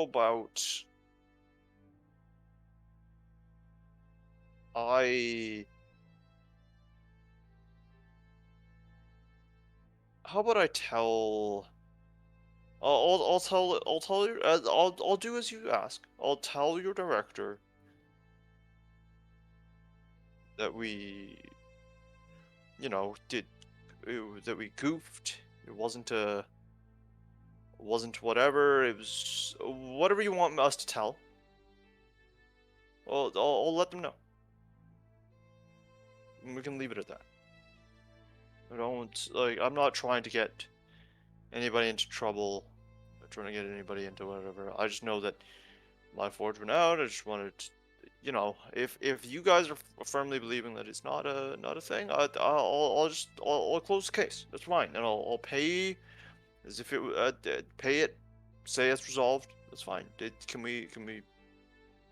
How's that? How's that? I'll look at Rin and I'll kind of give her a nod, see if she returns one.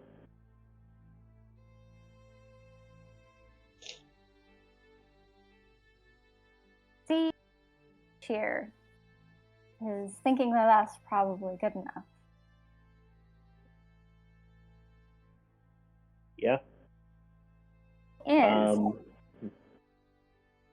this has opened a whole can of worms, and it sort of all started with your forge. So, Well, yeah. what if you tell us what you found out actually took out your forge, but we don't write that in the report? We say it looks like it was, an accident, etc. But you sort of help us with some of this other stuff that's going on.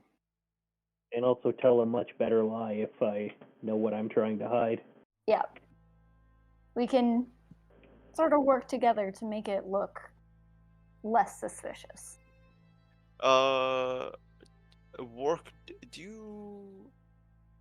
Do you have something that you want to interject here? Because I know that previously you were telling me that there was a. I have a thing that I would like to have been doing simultaneously that it may or may not make good story, but I think Munt would be in on it. Okay. As you guys kind of make headway with this boss, and you can see that he fidgets a lot more, but he does kind of say look, if you guys can, how about this? If I write out a page in this book here, saying that the details that I write down here cannot be used against me in an investigation, and both of you sign it, is that kosher? Or the things, or I'll just say that things disclosed during today's meeting can't be used in an investigation, can't be held against me. Were disclosed in good faith or something like that. And you guys, you guys can sign that. Does that work? Absolutely, I would do that. Yes. You are, whatever you're doing, it's not nearly as important as what we're looking into right now. No offense. Yeah. In which case, At least we hope so. that is the best thing I've heard from you two. In which case, he starts kind of writing out writes out a note on there, and kind of basically he lays it out for the two of you, and you've got this thing where he basically says, it basically says exactly that. Forge Master Log has disclosed in good faith to two members, to the two attending members of Zarpov, Rich and Rin, who will utilize this knowledge in the confidentiality, as if they were legal counsel, but providing no legal advice. They will then hold this knowledge in good faith, and will not utilize it for any purposes, in any future cases against Forge Master Log. Um, and you guys are you guys okay with that? Yep, done. I sign it. Okay. In Thanks. which case, I'm gonna quickly cut away to the other guys so that we can have Okay. this the contents of this for next time. Yeah. So let's go to our OSHA not OSHA team. Okay. So, I made friends with some of the, let's say, the lead hands here last time.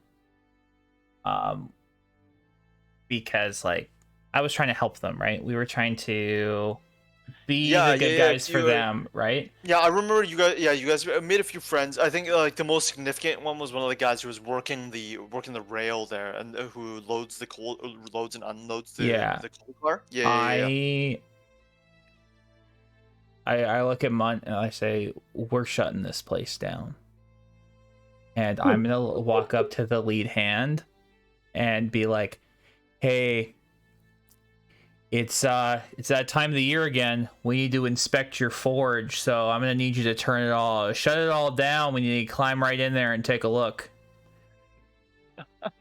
Oh boy.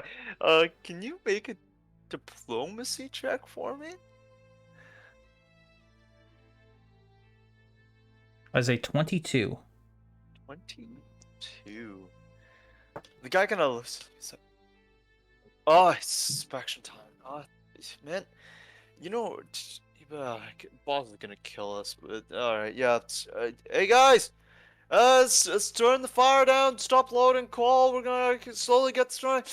And you guys can all hear as this place kind of slowly grinds to a halt as the fire itself slowly fades. You can watch as these guys to put out this fire, slowly grab kind of like water buckets and just kind of splash it on there. It kind of sizzles and steams a bunch. Sizzles and steams a bunch. Sizzles and steams a bunch. Those of you in the office, even as you guys are kind of like going through this thing, and getting these papers signed, you guys can also kind of hear that kind of that sizzling sound of steam. Curiously enough, for those of you who were there, who read the report proper, from the Forge Masters before, he did not mention that the place steamed up at all during when the fire had kind of faded away. But yeah, this place slowly grinds to a halt. As everybody kind of stops working, starts kind of milling around as these fires slowly kind of dies out. The forge itself is still quite warm and quite hot, even hot inside of it. Would you like to proceed, or should we save it for next time? I think we'll just do that next time. Yeah. We overrun, right? Let's save it for next time. All right. In which case, we'll catch everybody next time. Back where we left off, slowly shutting this place down. It's all coming full circle. All right. Thanks everybody for hanging out and tuning in. My streaming schedule is kind of changing. I don't have anything official yet, but we're gonna try to keep this on Thursdays.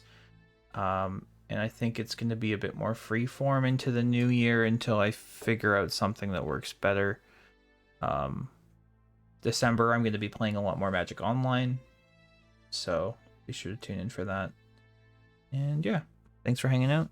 We'll catch you next time. Peace.